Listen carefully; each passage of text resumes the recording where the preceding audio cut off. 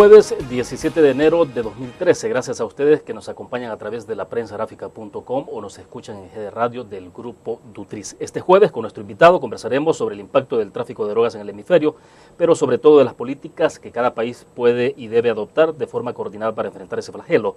En la sexta cumbre de las Américas realizada en Cartagena de Indias el año anterior, los Estados miembros de la Organización de Estados Americanos OEA tomaron algunos acuerdos sustanciales sobre la materia, especialmente alrededor de la preparación de un informe que busca reflexionar sobre los resultados de esas políticas. Para conversar de estos temas nos acompaña en nuestros estudios Adam Blackwell. Él es el secretario de Seguridad Multidimensional de la OEA. Adam, bienvenido, un gusto. Excelente, muy buenos días, William, y gracias por la invitación. No, gracias a ustedes por compartir con nosotros, interesante. Adam, un poco si nos explica, para comenzar, el motivo de su presencia en este momento en nuestro país, en El Salvador. Bueno, siempre hay múltiples motivos, pero el principal, vamos a iniciar esta mañana, es un taller con algunos expertos en América Central que podrían ayudarnos con algunos insumos a este informe de drogas que vamos a llevar a los presidentes del hemisferio probablemente al final de marzo de este año.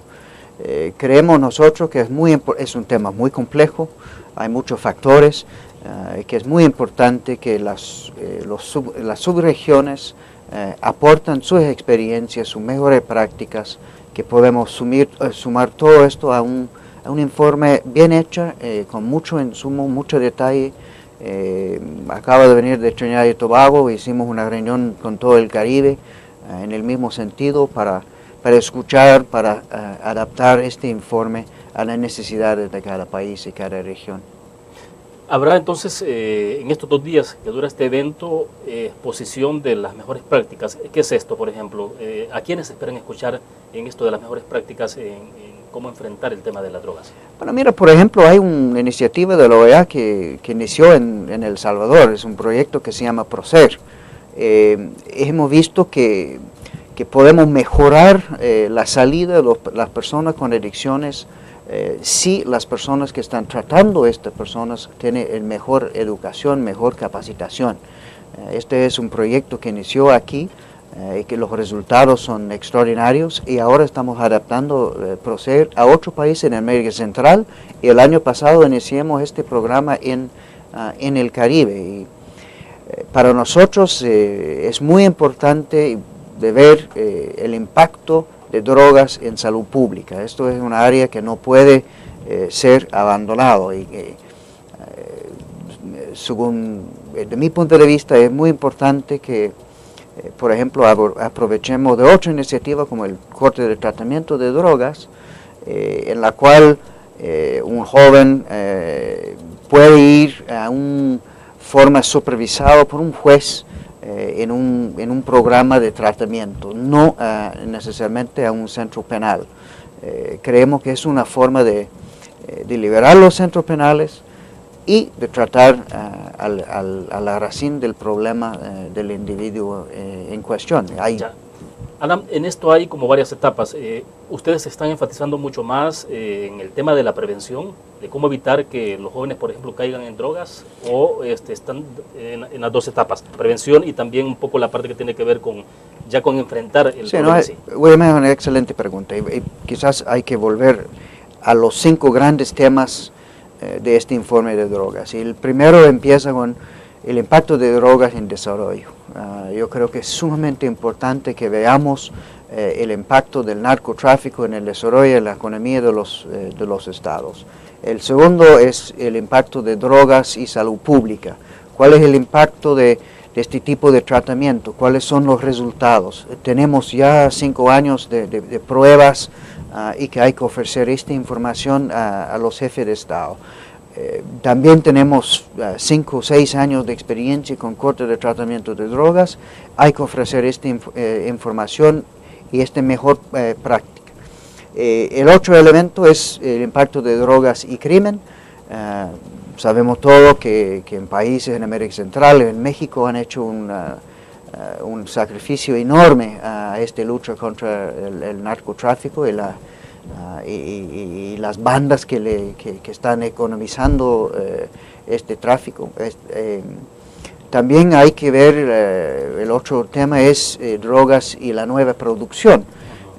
Por ejemplo, en Estados Unidos, en Canadá, el consumo de cocaína y heroína ha bajado algo como 40% en los últimos 5 o 6 años.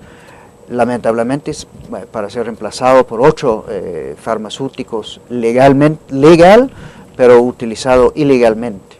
El otro tema que es importante es mirar toda la legislación y los reglamentos. Atrás, como sabemos todos, 2 estados en Estados Unidos, Washington y Colorado, han decidido liberar el consumo recreativo de marihuana. Esto va también a tener un impacto. También queremos ver la economía de drogas. ¿Cuál es el impacto de este tráfico? Hay que mirar este grupo, pandillas, traficantes y su interés es siempre económico. Hay que ver el impacto que si cerramos un mercado, un corredor de drogas, hay que ver si sería reemplazado por trata de personas u armas u otros productos ilícitos. Entonces es una economía ilícita que hay que estudiar, hay que saber conocer mejor. Entonces, si volvemos al tema de prevención, por ejemplo, ¿cuáles son los énfasis que se pueden estar planteando? Pero para mí lo más importante es la educación. Yo veo que en Estados Unidos y en Canadá, en Europa, gracias a un programa de educación fuerte, la cantidad de gente que está fumando, por ejemplo, cigarrillos, ha bajado como 80%. Yo creo que hay que hacer mucho mejor en prevención, pero hay que hacer mucho mejor en dando oportunidades a jóvenes, creciendo economías. Es un fenómeno cultural, social, económico, sumamente importante. Yo veo el impacto, por ejemplo, en mi barrio, en donde vivo, en Washington. Hay muchos jóvenes. Yo tengo 3 jóvenes personalmente que la presión de tomar pastillas o buscar marihuana, etcétera, es fuerte, es fuerte. Yo creo que a veces no estamos haciendo suficiente para educar a los jóvenes que este no es el camino a tomar. Ya, debo hacer una pausa comercial. Cuando regresemos y nos explica un poco cómo hacer o cómo pueden hacer los países que están en una situación de crisis económica, bueno, que es casi global, cómo hacer en un medio de un contexto de crisis económica para poder tener suficientes recursos, fondos e impulsar programas que permitan, por ejemplo, impactar mucho en el empleo, en el primer empleo para los jóvenes, que eso es esencial. Hablamos de esto después de la pausa. Vamos con nuestros comerciales anunciantes.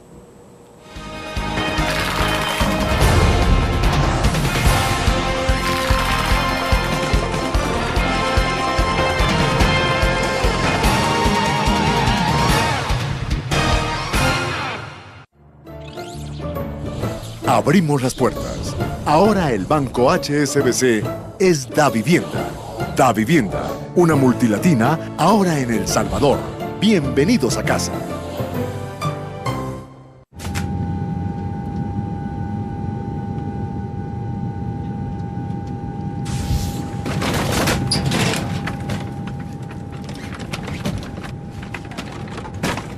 En estos momentos, su dinero puede estar en el lugar equivocado. Tráigalo al Banco Davivienda. Davivienda, una multilatina en El Salvador.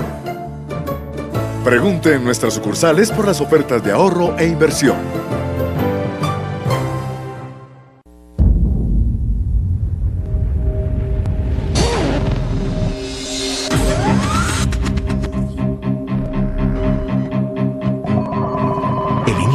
Estrategia financiera desde los negocios y la actividad económica hacia toda Centroamérica. El Economista Regional, una revista especializada donde encuentras el panorama empresarial y los principales movimientos financieros. El Economista, el modelo regional de información económica.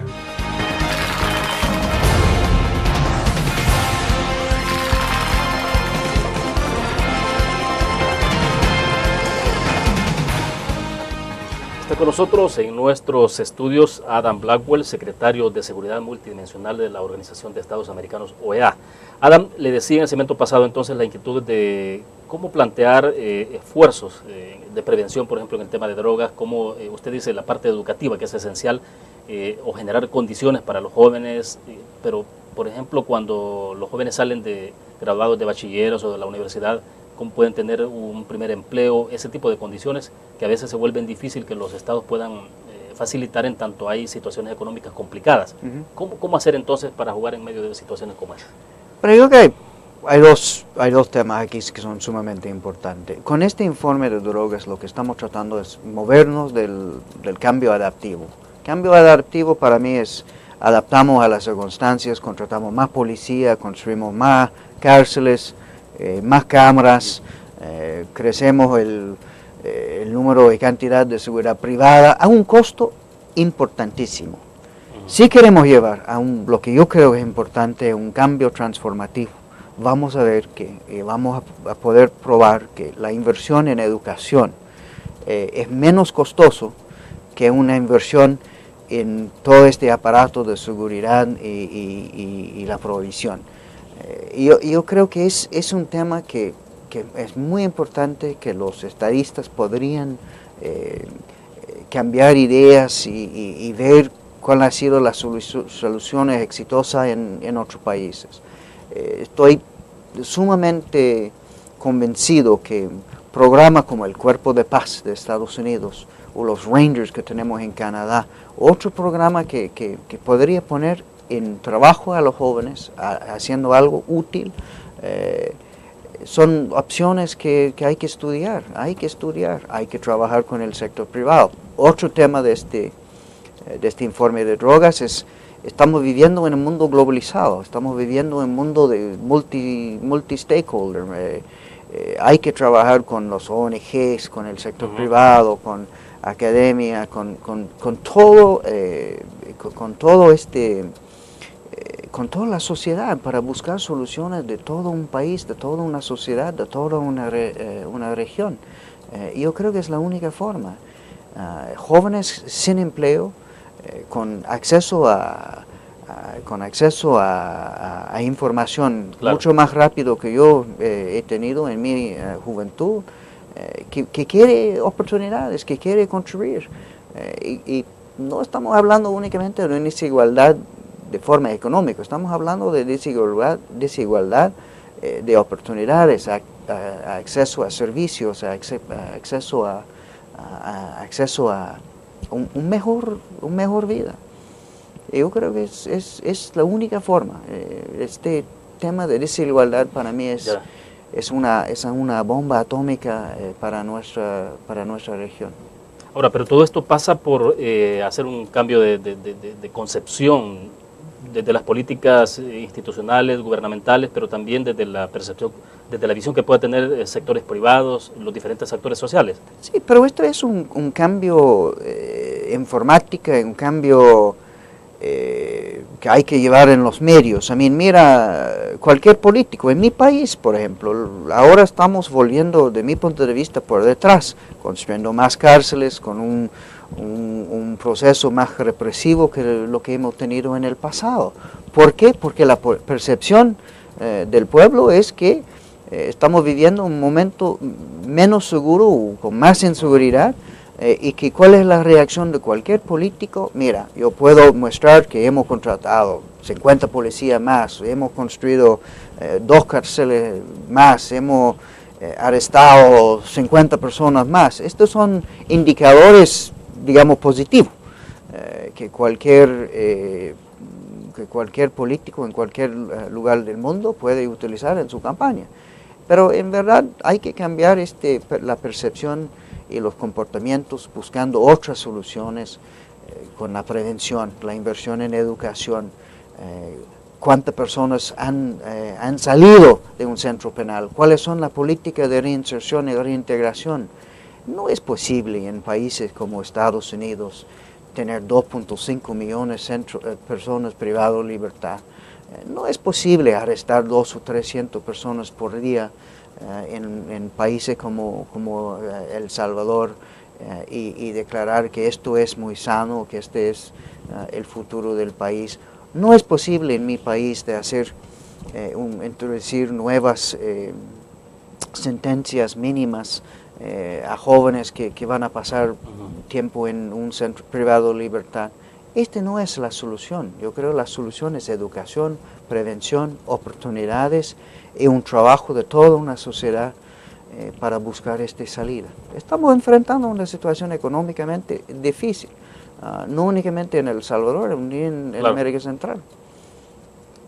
Ahora, Centroamérica, ¿cómo se está viendo en términos generales, Adam? Y si lo vamos viendo en términos de cada país, ¿cómo está trabajando para enfrentar el flagelo de las drogas? Antes de comenzar la entrevista le consultaba, por ejemplo, cómo se ve Honduras, cómo se puede estar viendo Guatemala, El Salvador, el Triángulo Norte sobre todo, que debo entender que son los países más afectados con el tema de la violencia en general. Sí. Es triste decir, pero este Triángulo Norte o Cuadrángulo Norte, yo siempre agrega a Belice porque es parte de un corredor de inseguridad. Están atrapados entre la oferta de drogas en los países andinos y el consumo de drogas en el norte. Entonces está compartiendo un corredor de inseguridad, lo digamos, con instituciones bastante débiles. Yo creo que la lección aprendida en todos los países, como por ejemplo en México, es hay que crear las instituciones del Estado capaz, no únicamente la policía, pero salud, toda una cadena de instituciones que puede trabajar con las comunidades, en las comunidades, recuperando la credibilidad con las comunidades que están allí para ofrecer servicios, que están allí para escuchar a las necesidades de la ciudadanía. Y lamentablemente hay grandes partes en América Central en la cual la institución del Estado no está llegando. Entonces nuestro compromiso en la OEA no es criticar estados. Hemos desarrollado una metodología que piloteemos aquí en El Salvador, de hacer un diagnóstico, diagnóstico y evaluación de los riesgos de un sistema de seguridad. No únicamente un pilar, pero todo un sistema de seguridad, para ver cuáles son las debilidades, cuáles son las necesidades, que podemos reparar rápidamente, que necesita una inversión, digamos, de más largo plazo. Y yo creo que es la única forma de hacer un diagnóstico exhaustivo de un sistema de seguridad y tratar de ayudar a los países a instaurar un sistema de seguridad que no sea politizado. Me veo con gran gusto el pacto de seguridad que los partidos políticos en México acaban de firmar. Yo creo que esto es la solución, de buscar una institucionalidad que no pertenece a un partido, un mandato, un individuo u otro, que es una solución y un sistema del Estado profesional, con procesos bien transparentes, con una relación con la ciudadanía, digamos, muy positivo, con una credibilidad estatal. Perfecto. Hacemos otra pequeña pausa, volvemos con más de la entrevista en línea.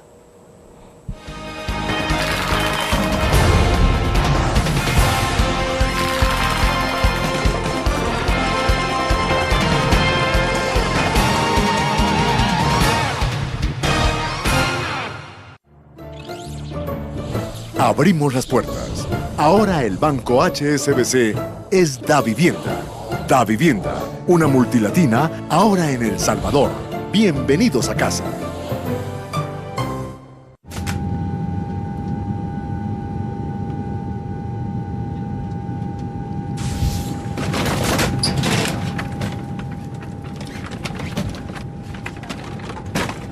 En estos momentos, su dinero puede estar en el lugar equivocado. Tráigalo al Banco Davivienda. Davivienda, una multilatina en El Salvador.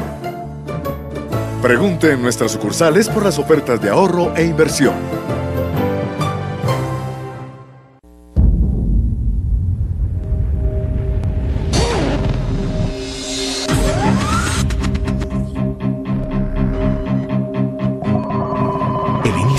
estrategia financiera desde los negocios y la actividad económica hacia toda Centroamérica. El Economista Regional, una revista especializada donde encuentras el panorama empresarial y los principales movimientos financieros. El Economista, el modelo regional de información económica.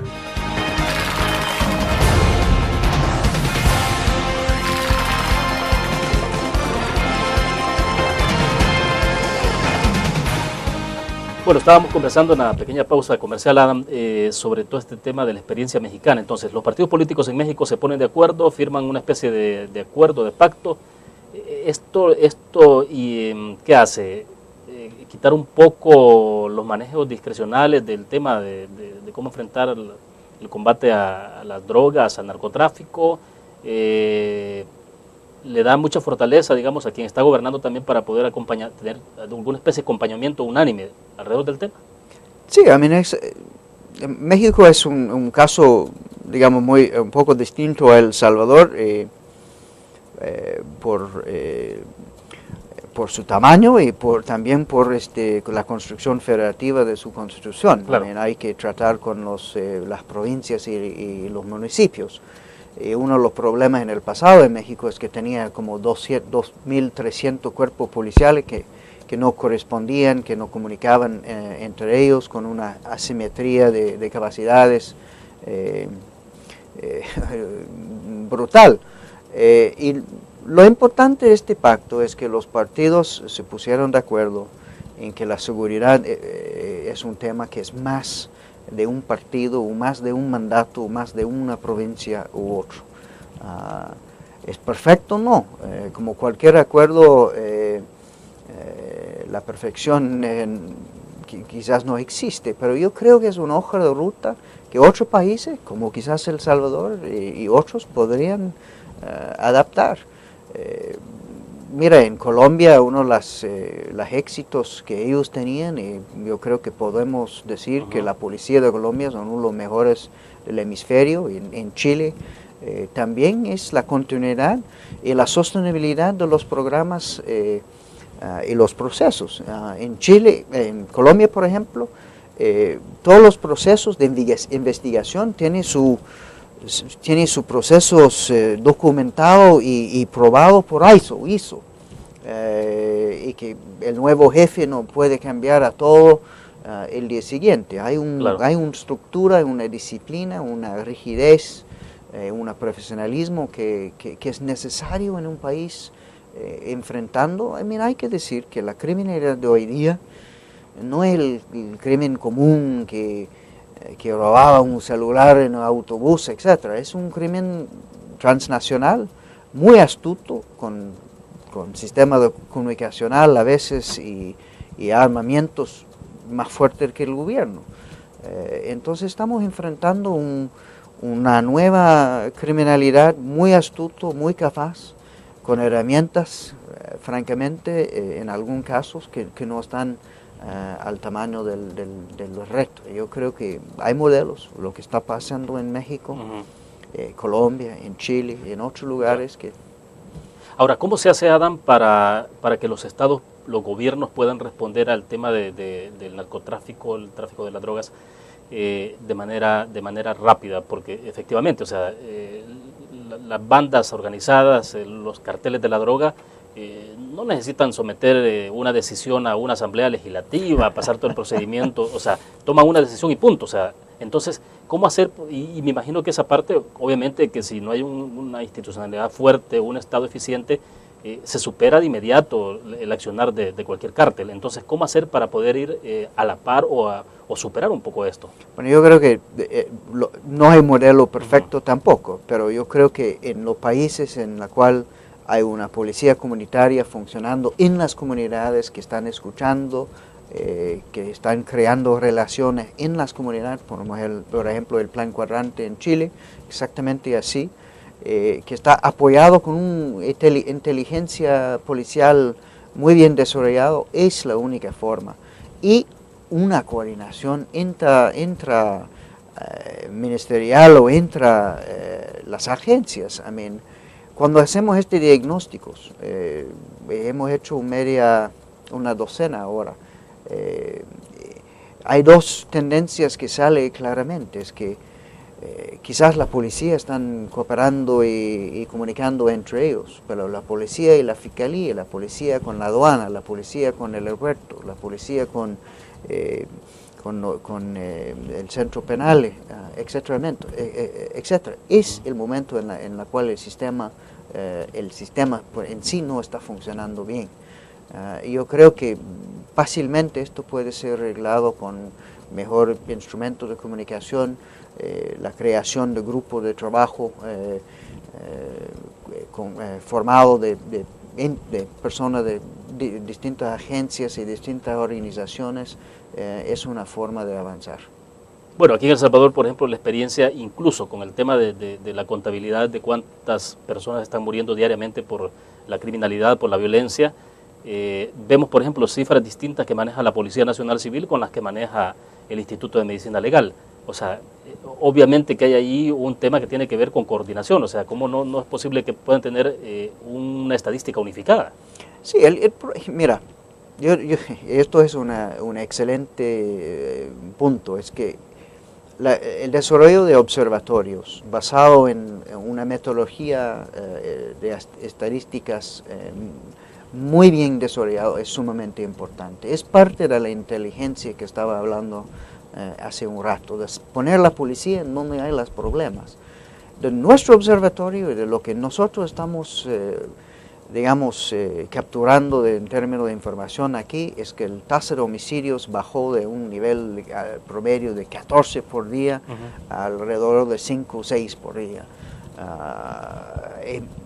Es un instrumento bruto de únicamente medir la eficacia por un tasa de homicidio. Yo creo que hay que tener más estadísticas sobre extorsiones y otro tipo de delitos que francamente es complicado cuando la policía quizás no tiene toda la confianza y la credibilidad con la comunidad. Entonces es un proceso de mejora y que podría, por ejemplo, tener, y esto es algo que a los políticos no les gusta, lo mejor que son la policía, mejor credibilidad que tiene con la comunidad,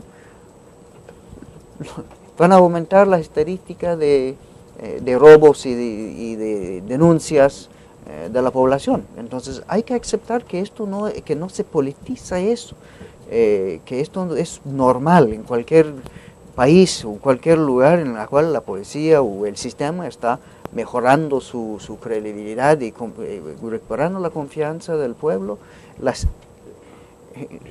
La gente va a hacer más denuncias. Tenemos esta experiencia con un programa de MAP Colombia, en la cual tenemos 13 oficinas en lugares muy difíciles en Colombia, que fueron un puente entre el gobierno y el pueblo. Y ahora que el gobierno ha recuperado la confianza de la ciudadanía, la tasa de denuncias están aumentando.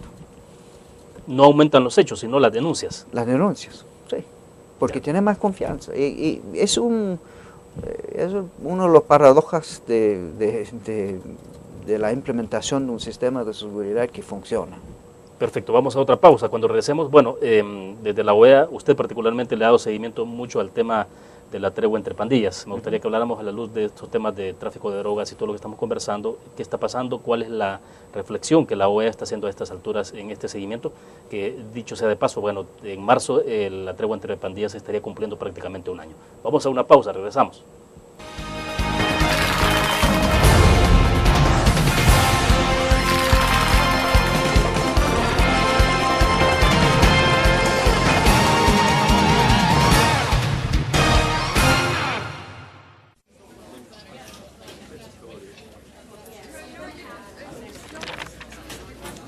Mamacita. Mamita. Mamita.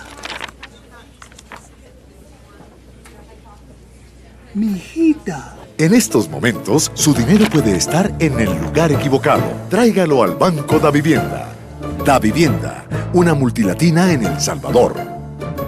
Pregunte en nuestras sucursales por las ofertas de ahorro e inversión. Ingresa gratis a un nuevo nivel de lectura. Desde tu computadora, busca en nuestra página web el link del kiosco LPG. Regístrate y listo. Escoge tu lectura.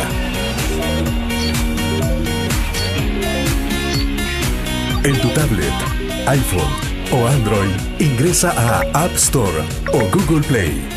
Busca kiosco LPG. Descarga la aplicación y disfruta de todas nuestras publicaciones digitales. Grupo Dutriz. Multiplicamos la forma de informarte.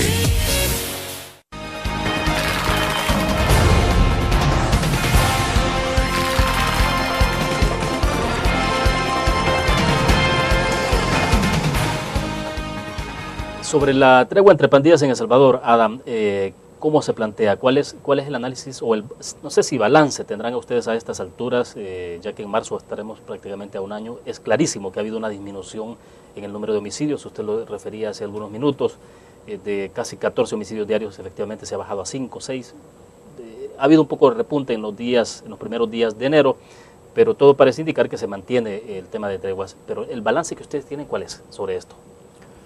Mira, yo creo que estamos llegando a un fase 2, una otra fase de esto. Yo no le llamo una tregua ahora, yo lo llamaría un proceso de paz, un proceso de recuperar el tejido social, un proceso de buscar otras opciones y oportunidades para las comunidades que han sido víctimas de estas guerras, si es la palabra, entre los mareros. Mira, yo creo que esto ha sido una experiencia personal inédito, ha tenido mucho liderazgo de muchas partes. Yo creo que el liderazgo de los mediadores, Raúl Mijango, Monseñor Colindres, hasta el secretario general de la OEA, que aceptó ser el garante, hasta los líderes de los mareros, y también el apoyo del ministro de Seguridad, Munguía Páez. Esto ha sido un proceso a veces que no seguía una ruta tan clara que muchos de los medios estaban buscando. Siempre digo que no hay un manual para esto, no hay una hoja de ruta clara, que no es como la construcción de una mueble de IKEA en la cual sigue un plan. Hemos llegado a un momento que yo creo que hay que ir más en las comunidades, no únicamente en los centros penales. Hay que buscar municipios que pueden ser pacificados o declarados libre de violencia. A mí me gustaría ir en una segunda fase de colecta de armas.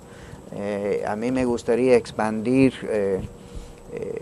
el involucramiento del sector privado y la construcción, digamos, de como acabo de mencionar en México, de un pacto político, que este proceso no sea parte de una campaña u otro.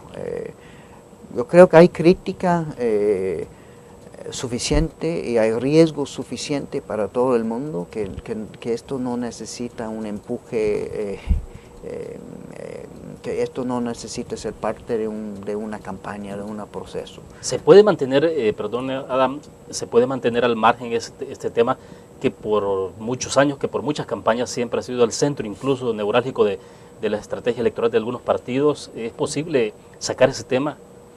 Por ejemplo, ¿cómo se logra entonces? ¿Se podría hacer a través de un pacto, justamente como se hizo en México, un pacto anticipado a la elección de 2014, convocar a los principales candidatos y invitarlos a que firmen un documento, algo así por el estilo? Pero yo creo que sí, francamente ojalá que sí. He hablado en cada viaje con los partidos políticos, con el sector privado. El lunes pasado hicimos una oración por la paz en el edificio principal de la OEA.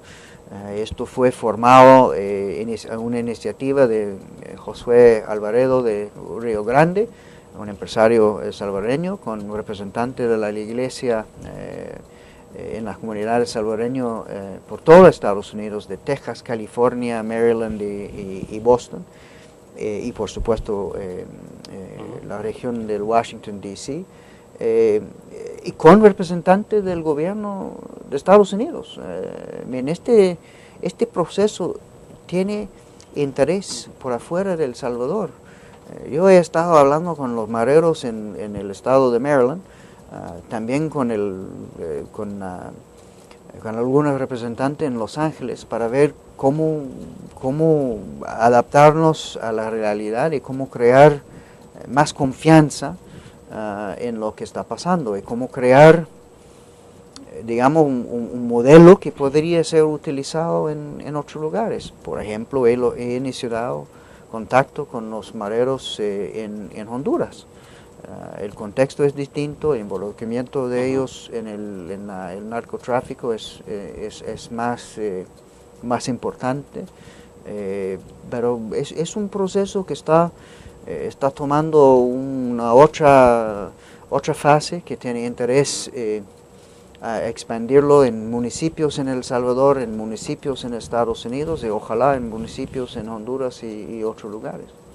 Ahora, esto de los municipios de paz, por ejemplo, ¿cómo se enfrenta el argumento de quienes sugieren de que lo que se está haciendo en esto es cediendo soberanía o control de parte de las instituciones del Estado hacia el grupo de pandillas? ¿Cómo se rebate ese argumento o ese señalamiento? Mira, soberanía,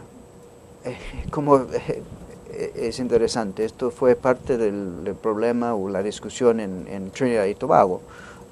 Los países no quisieron ceder soberanía. Yo diría, el más grande riesgo de soberanía que ustedes tienen es la inseguridad, no que trabajamos juntos para lograr en contra la inseguridad.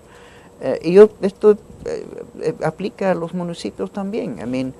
Es mejor ser el alcalde con seguridad y que puede empezar a construir un municipio sano, con trabajo, espacio y deportes y gente caminando, o tener todo el poder en un municipio en el cual nadie puede andar por la calle.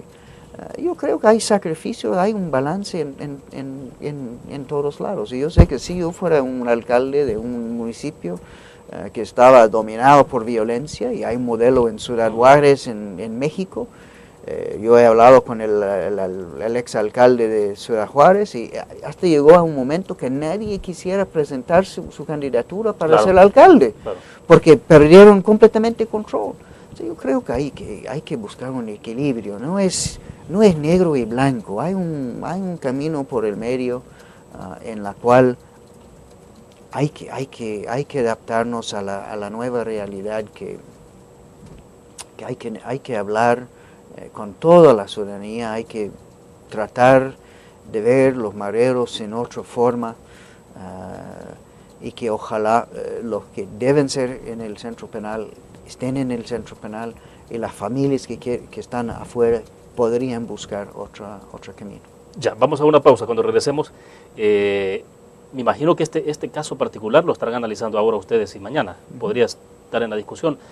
¿Cómo darle a esta tregua entre pandillas, a este proceso de pacificación, como usted le llama, cómo darle sostenibilidad en el tiempo? ¿De qué depende? O cómo lograr superar los temores de quienes sugieren de que esto, una vez que termine este gobierno, quizás hasta ahí llega todo y no se le logre dar institucionalidad. Vamos a una pausa, regresamos.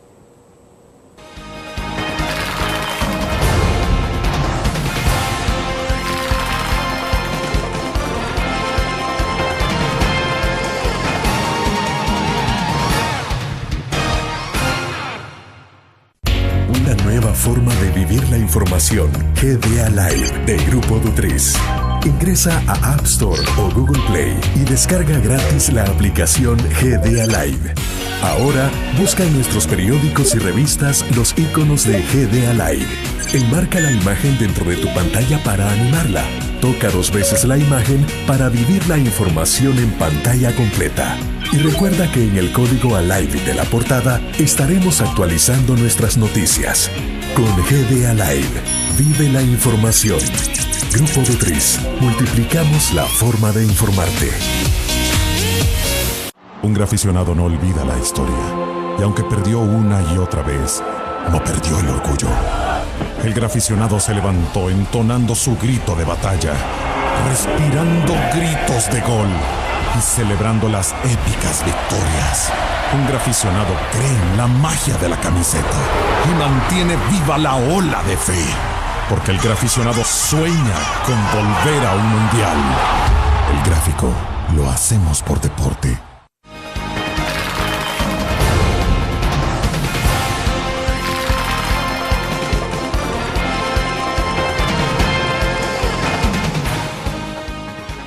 Bueno, consultaba entonces, ¿cómo darle a este tema de tregua entre pandillas, cómo hacer que este proceso pueda de alguna forma institucionalizarse, cómo lograr que trascienda, ya que tendremos cambio de gobierno, de presidente en junio de 2014, cómo hacer que este proceso, bueno, no se termine, porque habrá cambio de autoridades, porque ya no estará el ministro Munguía Payés, sin duda alguna, no sé si ya no estará Raúl Mijango en esto, sino que serán otros actores, pero entonces, ¿cómo darle continuidad a esto, Adán?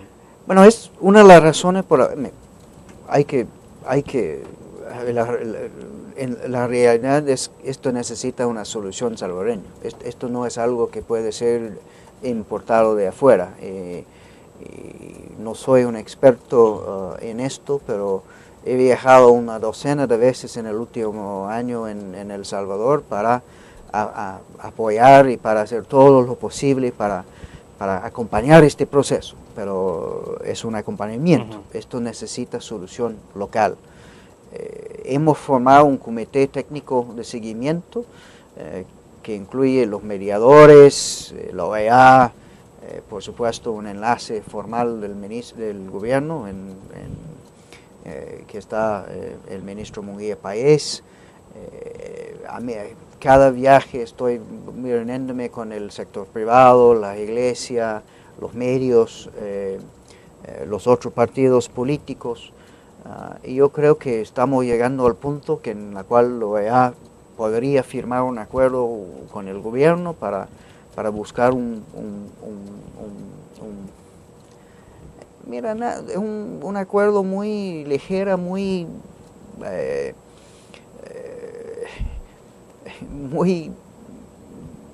yo diría de grandes líneas en cómo podemos apoyar este proceso y dar seguimiento. Estamos llegando a este momento porque sabemos todos que estamos entrando en el momento electoral, que estamos entrando en el segundo año, segunda fase de esta tregua o este proceso de paz. Entonces hay riesgos y mi preocupación es que juntámonos todos, creamos este consenso nacional y buscamos un mecanismo de seguimiento. Es por eso que formemos este comité técnico que tiene representantes de la fundación, Tony Cabrales, Paula Luers, los mediadores, el ministro, la OEA y todo el mundo que quiere juntarse a este esfuerzo. Ahora, pero ¿qué tanto a estas alturas está siendo asumido ya con más liderazgo, por ejemplo, que el involucramiento del Ejecutivo? Al principio, bueno, hubo toda esta cuestión de si estaba participando o no el Ejecutivo, de qué manera actuaba el gobierno, pero a estas alturas, ¿cómo se debe trascender el actor privado, por ejemplo, los actores privados en el país? Bueno, mira, el evento que hemos tenido en Washington el lunes pasado, esto fue liderado por el sector privado salvadoreño en el área de Washington, D.C. Aquí estamos trabajando con AES, que participa en una fundación que pertenece a mi secretaría, está electrificando 2 centros penales. Tenemos la experiencia de la empresa española Calvo, que está contratando y trabajando con mareros. Fui a ver un proyecto que tiene ad hoc en Santa Ana, que se llama Metamorfosis, en la cual están haciendo zapatos con mareros. Microsoft está ayudándonos a crear centros de capacitación. Sabemos que el gobierno está implementando centros, centro de reinserción y reeducación. Con las granjas. Con las granjas. Esto es otra posibilidad. Yo creo que eventualmente hay que llegar a un acuerdo con el sector privado, que se junta esto en una forma más formal, que hay una aceptación que personas que quieren salirse de las comunidades de los mareros o que quieren salirse de la mara podrían tener una vida productiva. Yo siempre digo que hay tres temas aquí.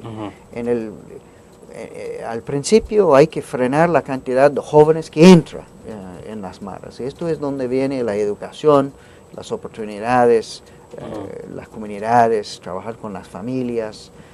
En el medio hay mareros que han cometido delitos horribles, que ellos merecen ser privados de libertad y ellos deben estar en un centro penal. O sea, eso no debe entrar a la negociación, o sea. No, esto no entra en la... Mira, la única cosa que entra en negociación es que en un centro penal hay normas internacionales de un tratamiento de un privado de libertad.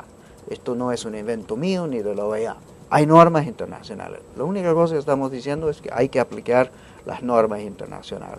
En esto es el parte en el medio. Hay que castigar, hay que asegurar que no hay impunidad o inmunidad, que esta gente que han cometido delitos horribles sean castigados. Pero el tercer parte que es complicado es los que quieren salirse de esta vida. Hay que darle la oportunidad también. Sí puedes frenar la cantidad de jóvenes que entran y que sí puedes buscar una forma más rápida a reinsertar los que quieren salir y enfocar en el medio, en el castigo de los que han cometido delitos horribles. ¿Se puede considerar como una primera fase de este proceso el haber detenido el baño de sangre, el derramamiento de sangre? ¿Se puede considerar eso como un primer paso esencial? Los otros, ¿cuáles son los pasos más complejos en esto? Bueno, había un momento, mira, hace un año yo estaba en Ginebra, en una conferencia de la Declaración de Ginebra, en la cual El Salvador ha sido declarado el país más violento del mundo, que creo que fue en el noviembre del año 2011. Algo como 80 homicidios por 100.000 habitantes, que fue aún más que en zona de guerra. Yo creo que hay que irse de 80 homicidios o 70 homicidios por 100.000 a mirar las estadísticas hoy y darnos cuenta que sí, hemos logrado bajar la cantidad de homicidios. Pero este es únicamente, como traté de decir antes, un indicador muy bruto. Hay que mirar las comunidades, hay que mirar las familias, hay que mirar la presión en los autobuses, extorsiones, cómo se siente la comunidad en su conjunto. No todo el mundo puede contratar seguridad privada, no todo el mundo puede andar en coches blindados. Entonces hay que hablar, hay que ver el sentimiento en las comunidades. Y estamos entrando en esta fase de, yo creo que la comunidad se sienta, no quiero hablar para la comunidad, pero lo que me están diciendo a mí, yo veo que hay una participación, digamos, más abierta de esta oración de paz, es un indicador para mí que hay más interés, más involucramiento de las comunidades. Y yo creo que es muy saludable por esta segunda fase, que hay que buscar este consenso nacional. Hay que hablar en las comunidades, hay que empezar municipio por municipio, familia por familia, buscando una forma de cambiar este narrativo. Yo creo que mucho de esto es de cambiar el narrativo. Perfecto. Hacemos la última pausa comercial. Regresamos al cierre de la entrevista en línea.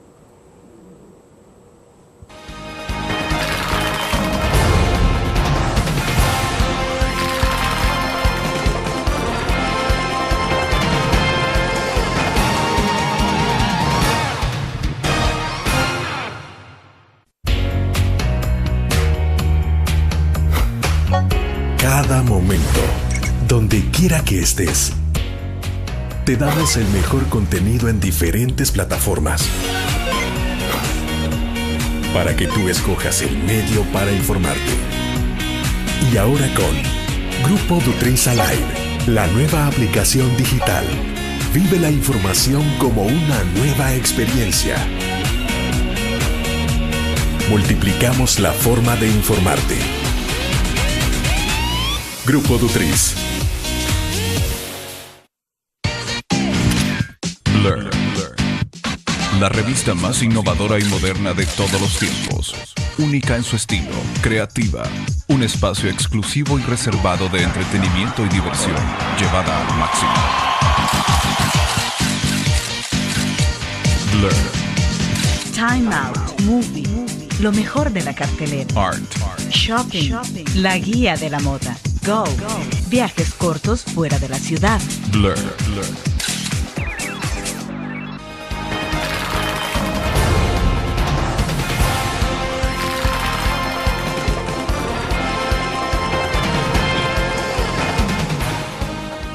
Bueno, estamos al cierre de la entrevista en línea, entonces, algunas consideraciones, Adam. Tiene que ver siempre con este tema de pandillas. Bueno, hay pandillas en Honduras, en Guatemala, de alguna manera, en otros países también, pero la naturaleza de cómo funcionan las pandillas, de cómo operan, cómo están involucradas, por ejemplo, con el narcotráfico, es muy distinto. Me decía usted al principio de la entrevista, por ejemplo, cómo está compenetrada, por ejemplo, la pandilla en Honduras con narcotráfico.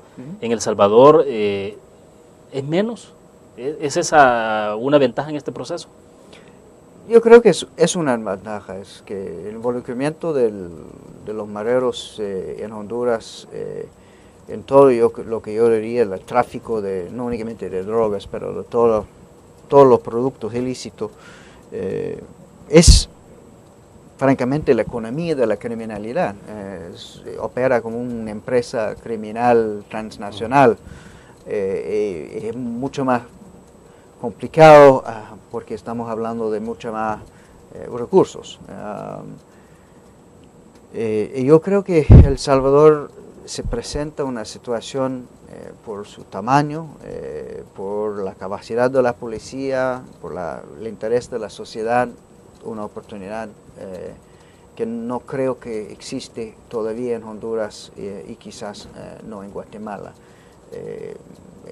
Yo tengo mucha esperanza de lo que está pasando aquí. Pero las claves entonces, si se pueden detectar como claves, ¿dónde las ubica entonces para poder lograr que esto realmente se enrumbe por un buen camino? Liderazgo. Esto necesita liderazgo. Hay mucho sospecho, hay muchos riesgos, hay mucha falta de comunicación, podemos decir, hay mucho interés de los medios a vender sus periódicos, vender sus programas, pero yo creo que estamos hablando de algo mucho más importante, de un medio, de un partido, de una persona, de una ideología. Estamos hablando de cómo recuperar este espacio para todos los salvadoreños, y esto va a necesitar liderazgo, va a necesitar fe, va a necesitar un poco de confianza. Por supuesto vamos a tener mejores momentos que otros, pero hay que dar esto la oportunidad, hay que tener un poco de fe, hay que poner como se dice un buen salvadoreño, hay que poner el sospechómetro en la basura por el momento y darnos una oportunidad de trabajar. Entonces, para ir recapitulando, ¿estamos entrando como en una segunda fase de este proceso? Sí, yo creo que estamos llegando al segundo año, estamos llegando a otra fase, y es una fase en la cual la creación de estructuras, institucionalidad, continuidad, sostenibilidad es sumamente importante. Y si yo fuera un marero, a mí me gustaría ver algunos resultados concretos de esto. El gobierno también, todos los que están parte de esto, está buscando una forma que esta sea sostenible. Hasta hoy la sociedad, ¿cómo se puede ver que haya respondido? ¿Ha respondido un poco a las expectativas o no? Mira, William, ustedes son mucho mejor a entender lo que está pasando en las comunidades, pero yo puedo darle un ejemplo. El centro penal Iopango hace 6 meses yo no podría entrar. Fue imposible, había un crisis allí y 2 muchachas fueron matadas. Hoy día estamos iniciando una orquesta con ellos, estamos ofreciendo capacitación con Microsoft y otros a ellos. El contexto es completamente distinto. Este evento que acabamos de hacer en Washington con una buena representación del sector privado salvadoreño, por supuesto el gobierno de Estados Unidos, gobiernos locales en Estados Unidos, es otro indicador. El interés que este proceso tiene aquí, yo creo que ha cambiado. Yo creo que ha cambiado y que ojalá pueda seguir así. Perfecto. Se nos fue el tiempo. Le agradecemos que haya participado con nosotros. Muy Muchas amable, gracias. muy gentil. Bueno, terminamos entonces la entrevista en línea. Gracias a ustedes por su fiel sintonía. Nos vamos a ver mañana en el análisis de otro tema de la realidad de nuestro país. Nos vemos entonces.